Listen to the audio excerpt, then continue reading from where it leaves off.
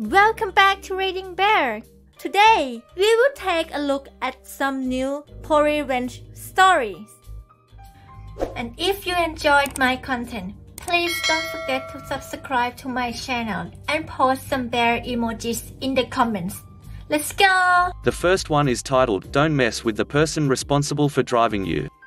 At the time of this story, I was in college and had spent the last few summers and breaks working at a major car dealership. I was, and still am, obsessed with cars, and all I wanted to do was spend my days around cars and people who knew them. It was overall a great job. First I was washer, then parts stock boy, detailer, delivery driver, mechanic's assistant. Then a mishmash of all the jobs at the same time since I knew the place and how things worked. This particular day I was driving. There was one customer, Marge, who seemed perfectly fine at first. Marge and a separate couple had dropped their cars off very early, 7 a.m., and needed rides. The couple just wanted to get dropped at their place, which was only a few miles away, while Marge needed to go into the nearby major city for work, which was about 20 miles. Upon starting the shuttle van, I asked my usual, "What kind of music do y'all like?" Instantly the dude from the couple says, "Oh, put it on K whatever." We were rocking out on the way over. Without any comment from the others in the van, I obliged. After some conversation with the couple about Springsteen and 80s rock, I dropped them off and carried on. Marge had been mostly quiet thus far, saying only where she was going and what time she needed to be picked up in the evening. Duly noted. As we got closer to her destination, she became visibly agitated, and even though I knew pretty well where I was going, she began giving me excruciatingly specific instructions as to which cars to pass, which lane to be in, how fast to go around the exit, etc. I took it in stride and easily acquiesced to her direction, despite it being more than a little condescending. This kind of micromanaging continued until we pulled up to her office building.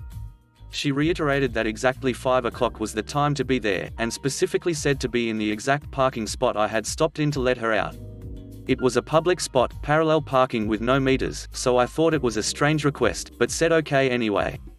The last thing she said before getting out of the van was, "I also absolutely hate this music."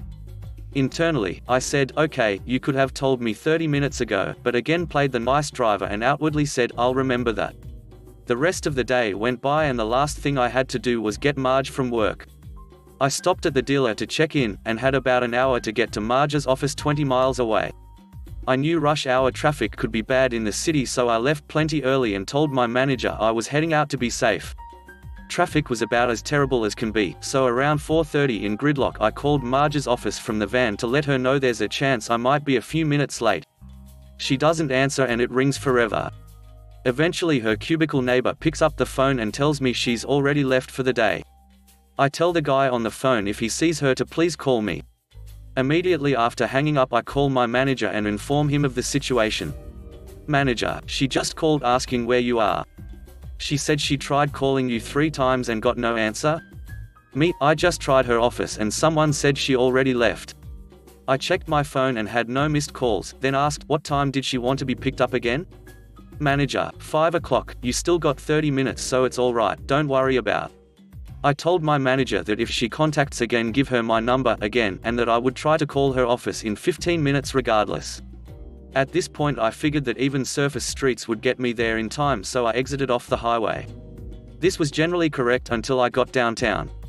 I was only a couple blocks from the office when I hit a roadblock for construction that wasn't there when I dropped her off in the morning. It was a one-way that led straight to the front of the office, so I had to figure out a way around. This was about exactly when I told my manager I would call her office, around 4:45, so I pulled over and called. This time Marge answered, not the co-worker. I informed her of the situation and she was audibly angry. At this point I'm still 15 minutes before our scheduled pickup time, as confirmed by her twice and my manager once, but she is obviously upset. I play the "customer is always right" role on the phone, get enough information from her about the neighborhood to get around the construction, and arrive in front of her building no later than 5:02. I call again. Again the coworker picks up and tells me she left for the second time today. Momentarily later I see her walk out the front and go to the parking spot where I dropped her off this morning, no more than 2 spots behind me. There was no way I could have taken the same spot since there was another car in it, but the van was obviously in view with its huge dealership logo on it. It seems as though she is refusing to walk over to the van when I see her take out her phone. Expecting my phone to ring, I wait, and nothing. She seems to be looking directly straight at me and clearly aware of the van when my phone finally rings. It's my manager, saying that she is looking for me and can't find me, accusing me of being late. I step out of the van onto the sidewalk and call her name while still on the phone with my manager. She slowly wanders over without saying a word, gets into the front passenger seat of the van. Okay then. I tried to make a quip about it being 5:04 and she is just totally silent. Okay then. Let's get out of the city onto the highway. As soon as I get up to highway speeds, she flips the duck out, claiming she had heat stroke from waiting outside for so long, saying she's never seen such unprofessional behavior, claiming that I, very unspecifically, insulted her personally, and demanding to talk to my manager when we get back. Okay then. At this point I'm oscillating between being good by the dealership versus being good to myself. At first I decide on the former, and apologize profusely. She is completely numb to anything I say and just keeps repeating how she can't believe how horrible of a person I am. I can't even understand what she is so angry about, and so I continue to attempt to make nice. I even offered to order her office lunch the following day, to which she replied, "Nothing. There is nothing I want to hear from you. Just get me back so I can talk to your boss and don't say anything else to me." Okay then. A few miles down the road she begins her micromanaging again, telling me which cars to pass, what lane to be in, how fast to drive, etc. At this point I was still resigned to my fate serving this woman, until she made a request. "Because we're late 4 whole ducking minutes? I need you to stop at my house. It's on the way." She directed me to her house, which to be fair was actually on the way. Wordlessly she got out and went inside, only to emerge a few minutes later with a tiny little lap dog on a leash. I swear she stared me down until she was out of sight, as though she was proving something, walking that ducking yipper around the block. She got into the van 4 minutes late, most of which was because she was too stupid or blind to see where I parked, but she spent 40 fucking minutes walking with that 10-pound dog while I sat there in the van like a dope waiting. Enough, I thought. I'll be a senior next fall, I don't need this crap job. She came back to the van and got in. I put on the radio station. She told me she hated that morning, only this time much louder. She very angrily indicated she didn't like the music. When I didn't react, she reached and lowered the volume herself. Oops, steering wheel controls, bitch. It's actually louder than before. Don't like it? Why don't you try changing the channel this time? Oops, now we're on the hard rock channel, and somehow even louder. Change it again? Nope. Back to hard rock. Now I want to reiterate, I said earlier that I'm obsessed with cars, but I will clarify specifically that I have been racing since I was 10. I started on karts, moved up to shifter karts before getting my license, got into track days with my dad by 17, and had built myself a focused Auto X competitor by the time this story happened. I was known to my friends as the one who should drive if we really need a driver. It doesn't matter if you're driving a Chevy Venture minivan, any car is capable of a lot more than the average driver thinks it is. And I was just young and stupid enough to consider proving that this day. So we set off with a goal unbeknownst to her. You're upset about being late? Let's get you there as fast as ducking possible. With Alice in Chains blasting on the radio louder than I would ever personally care to listen to it, I'm pushing this pokey minivan harder than anyone has pushed a minivan before. It doesn't have much pickup, but on braking there's predictable understeer, and the off-throttle weight balance makes for a nice and controllable oversteer, albeit with considerable body lean. Front-wheel drive means I can get the engine and tires to make scary-sounding noises while pulling through a corner she was already terrified upon entering. We hit an off-ramp at 80 and I late brake from the left lane into a right turn at the intersection when she grabs the door handle and screams to slow down. Which, we hit that apex perfectly. Don't tell me how to drive. What? Slow down and move into which lane? Sorry, what I heard was pass traffic on the shoulder at 40 and keep going despite all the gravel and debris. Please slow down, you say? Did you mean run through the Coles parking lot outer connector at 50 to cut the boulevard and skip the light? Because that's what I heard. It's all for you, ma'am, let's get you there on time. It was only about 10 miles from her house to the dealer, but I probably took 1,000 miles out of the life of those tires that day. We arrived at the dealer and she was flustered, to grossly understate the situation. I stopped in front of the service door and gave my business as usual, here we are. Have a great day, and waited for her to get out. She was still gripping her seatbelt and slowly stammered, I want I need to speak with your boss, manager. Given that I already decided to quit, I responded with a tone that probably sounded more fitting to a child on Christmas and said, "Oh, yes. I'll get him for you," and promptly got out of the car while she was still sitting. I jaunt inside and find my manager hanging with one of the parts department guys. All I say is, "Marge wants to see you, she's not happy," and both of them immediately burst out laughing hysterically. They laugh. And laugh. And laugh, for so long that I am certain it is a joke at my expense. Finally I remind my manager that there is an angry customer and, less considerately, ask, "What the hell do you two think is so funny? That woman is terrible, she complains every single time we do anything on her car," says my manager. The parts guy says, "Last time she accused John, usual shuttle driver, 65 years old and patient as a saint, of being disrespectful, and accused Greg, service advisor, of stealing from her." I wasn't really sure how to react at this point, but because she made me sit and wait 40 goddamn minutes while she walked her ducking purse dog, I had gone overtime, so just silently went to clock out. After clocking out, I went back to the service office to eavesdrop on the conversation between her and my manager. I heard her quite honestly, and in great detail, recount every traffic violation and personal indiscretion I perpetrated, only in a very disjointed and exasperated manner. My manager quietly listened to all of it, while I was around the corner wondering if I would even have a chance to put in my notice before getting fired. When she finally slowed down and gave him a chance to respond, all he said was, "Marge, it seems unusually regular that you are dissatisfied with our service. Maybe it is better for both of us if you take your car to competitor dealer next time." And with that, I turned and walked off, knowing that I had both gotten away with something awful and apparently unknowingly solved a problem for my coworkers at the same time. Because she had been such a thorn in the side of everyone in the service department, nobody even cared to look into whether there was any truth to her claims. The following morning I put in my 2 weeks' notice with the head of the dealership. Does it have anything to do with yesterday? No, I'm heading back to school in 4 weeks and I just want a couple weeks off beforehand. He wished me luck and I finished out my 2 weeks without being asked to drive another customer anywhere. The last one is titled, "Fire Me? Kiss all of your jobs goodbye." My 2019 was wild. But with everything finally on the up and up, I feel I can tell this story here. After uni, late 2018, I fell on rough times and was forced to move back to my hometown. I tried to transfer my job to a branch in my area but failed, thus I needed to get a new job. I settled for a 20-hour-a-week job at a Bookies, with a second bartending job in the evenings. The Bookies is the target for my revenge, which was entirely accidental. Involved are the following: Janelle, my manager's manager Shay, my manager Jorge and Gordon, my co-workers, and Cara, a co-worker at another store, who is relevant later. I ended up working behind the counter as a customer service manager, basically a step up from a cashier. It's fancy when seen on a CV, but there's nothing really to it. I took bets, chatted with customers, helped people with machines, and, for the vast majority of my shift, sat around waiting for something to do. I got on well with my co-workers, or so I thought, and had no major issues.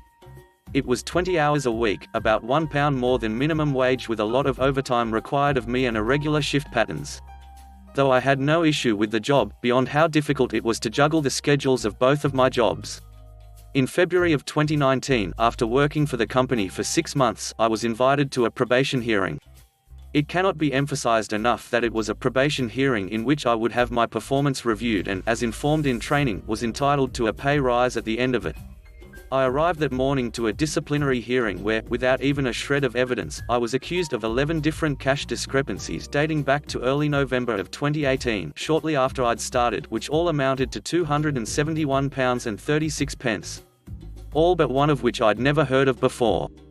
These had apparently been reported and logged by my manager, Shay, and my co-workers, despite no one saying a word to me at all. Not a whisper in the 5 months this had apparently been occurring. I was told that it was unacceptable. A call was made to HR and I was terminated on the spot and forced to hand over my keys and to never set foot in the store again. To my protests, I was told the decision could not be appealed and I would eventually receive written confirmation of my employment's termination in the post. I didn't let myself slump around and feel sorry for myself, so, on the way home, I opened up Indeed and applied for a bunch of jobs and, before I arrived home, had an interview set up for the next week at what is my current place of work. Now, I was furious. Fuming at having gone to what I thought should have been a normal probation meeting and having, effectively, been called a thief and been banned for life from a place I'd never go to anyway. but somehow, my parents were angrier and ordered me to let them know when they got into contact with me again. Almost 2 weeks later I received an email from the company's HR which reiterated the accusations and stated, again, that I was terminated. My mum sat me down in her kitchen and walked me through a letter response that was 2 parts professional and 3 parts scathing. Ripping into them about their unprofessional conduct, their ludicrous claims, their lack of evidence, the holes in their story, because there were quite a few, and finally, the cherry on the cake. The employment laws they'd broken. Now I didn't want much, just a nice reference. A promise that not a whisper of these accusations would turn up when my new job asked them for a reference because, by then, I'd already been offered the job. I then attached the letter to an email to fire back at their HR department. Then I added Janelle's work email. Then her boss's email and finally, the holding company that owned the brand.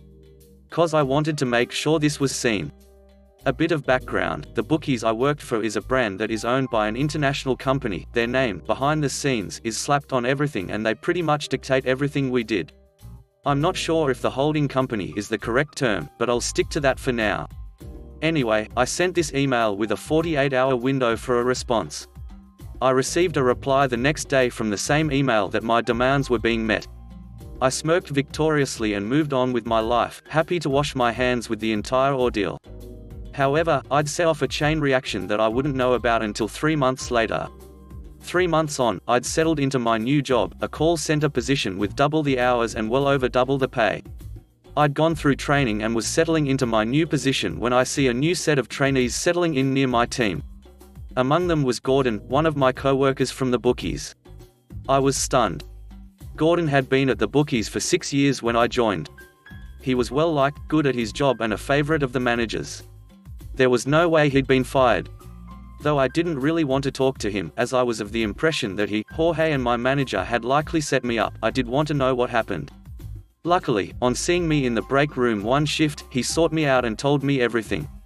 Apparently my email had been read by the higher-ups in the holding company and had caused a lot of scrutinies to fall onto the bookies in our town, of which there were 3 in our area that Janelle was responsible for, 2 in my town and a 3rd in a neighboring one.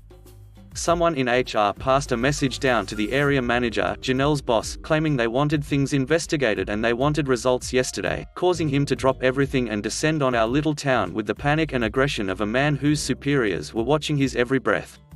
He went to Janelle wanting to know why he hadn't been made aware previously that I was apparently stealing money. Why I had been given keys to the shop and shifts on my own when allegations of that nature were attributed to me and why I hadn't been put under investigation. Turns out, Janelle had in fact put in my employee file that I was under investigation but had never actually gone through with any of the official procedures for monitoring and investigating me. Shock horror. Thus she had fired me for the accused crime without looking into it at all, falsely claiming otherwise. Thus, the area manager took the dates and amounts of the cash discrepancies, confirmed that they had been reported on those days without my knowledge in Shay's own logbook of the shop's cash, and sent that information onto our security team to investigate. Another little detail is that the CCTV for every shop in the brand is outsourced to a private security company that monitors each shop remotely and has access to all the cameras and video. As was the procedure, they looked into the dates mentioned to see if I'd been doing anything untoward. I know I wasn't and nothing was ever said to me. But they did find something. Turns out, money was going missing from the shop but, surprise surprise, it wasn't me, but Jorge and Shay. They not only set me up, for reasons I will never know, but were also falsifying numbers and cash checks on the system to hide it. One thing Shay was caught doing was deliberately shortchanging customers by taking portions of their winnings without them even knowing it. Bear in mind, a lot of our customers were elderly men and women. Gordon claims that he once opened the shop after I and Shay had closed the night before and noticed a cash difference but had been told not to say anything to me as I was under investigation and it could compromise it. He did apologize and I let it go. Needless to say, Jorge and Shay were fired. But it doesn't end there. Our team was small, including me. There were a total of 4 people working at the store. As they hadn't been able to hire anyone to replace me, Jorge and Shay's termination meant Gordon was the only employee at the busiest shop in our area. Even if they'd been able to get other colleagues from the 2 other shops to help out, it wouldn't have been enough to keep the shop open and manage the number of customers. So they closed the location down until they could get the staff to run it. It was at that point that Gordon handed in his resignation and applied for his job at my work. Meaning they had no one. On top of that, Gordon's girlfriend worked in the same shop as Janelle, and she relayed that she was rarely at their store in the other town for the next few weeks before the area manager reported she was fired as well. No reason was given to her. I was later issued an apology for everything by the area manager and informed she, Janelle, was no longer with the company in an email sometime later. But somehow, it doesn't end there. With the store I worked at closed, this one is on the high street and where most people preferred to go, the only other location in town was the much smaller location in the suburbs. The one where Kara worked. Alone. She suddenly received an influx of customers into her tiny store space and absolutely no support from other staff or upper management. Thus, for her own mental health, having already been overworked and underpaid, running an entire store by herself, she quit, meaning that location had to be closed down too. All of this at the worst possible time, March, when the Cheltenham Festival was occurring. Which is a huge moneymaker for the gambling industry, even in a small town like ours. An opportunity the 3 other bookies on the high street reaped the benefits of instead of my old place, as the former customers went to them instead. As it currently stands, just over a year later, both shops remain closed and I'm currently entering a job in cybersecurity, the training for which I paid for with my current job. Thanks for firing me, dumbasses, you did me a favor. Update: Gordon and I got in touch with our old area manager and we were able to get a bit more information. The security team rifled through about 3 years worth of footage after they found out about Jorge and Shay and have estimated that, in that period alone, they both stole nearly £4,000 through various means. The parent company also got involved and searched through years worth of their cash checks and till checks and noted plenty of irregularities. The parent company pursued criminal charges and the 2 were arrested, but, as far as our area manager knows, the case is still ongoing. He thinks it's because they are still looking into how much they actually stole, as they've both been there a while, Jorge about 8 years and Shay 10 years. I doubt they'll have security footage of all that time, but I bet they're trying to get a more accurate figure to really nail them. And in comes a new character, Tammy, obviously not her real name. She is an employee who was hired and fired shortly before I was, at the same store. She lasted just past her probation before she was fired, wait for it, for months worth of cash differences and false till checks she wasn't made aware of prior. However, her situation is far worse than mine. Tammy is in the process of suing the company for wrongful termination alongside financial and emotional damages, as she was put under a lot of stress whilst in the job by Shay, who apparently left her to fend for herself and would refuse to step in when customers got aggressive, and then had a miscarriage shortly after her employment was terminated. Our area manager doesn't know anything more, as it's escalated and gone way above his head, and I doubt I'll be able to get any more information on it. But I doubt the company's doing too well on that front, and I wish her the best. Gordon and I are considering reaching out to some of the other fired employees, of which he can name a few who were terminated for similar reasons, to get their side of things. But it seems very clear that what Shay and Jorge were doing was going on for a long time, and I was only the latest scapegoat. Janelle, unfortunately, is perfectly fine as far as I'm aware. Her husband and she opened a taxi company several years ago and she seems to have just got more involved with that. I haven't seen her, so I wouldn't know. But she was terminated for gross misconduct and for not following the procedure, which is kinda what I expected. And Kara, who our area manager actually really dislikes but is lovely and did not deserve what she went through, is doing okay. I've messaged her and she and her partner recently bought a house. She also got a job as an events manager at a local historical site. She's happier there as she actually has people to talk to at work and isn't alone anymore. Thanks for listening.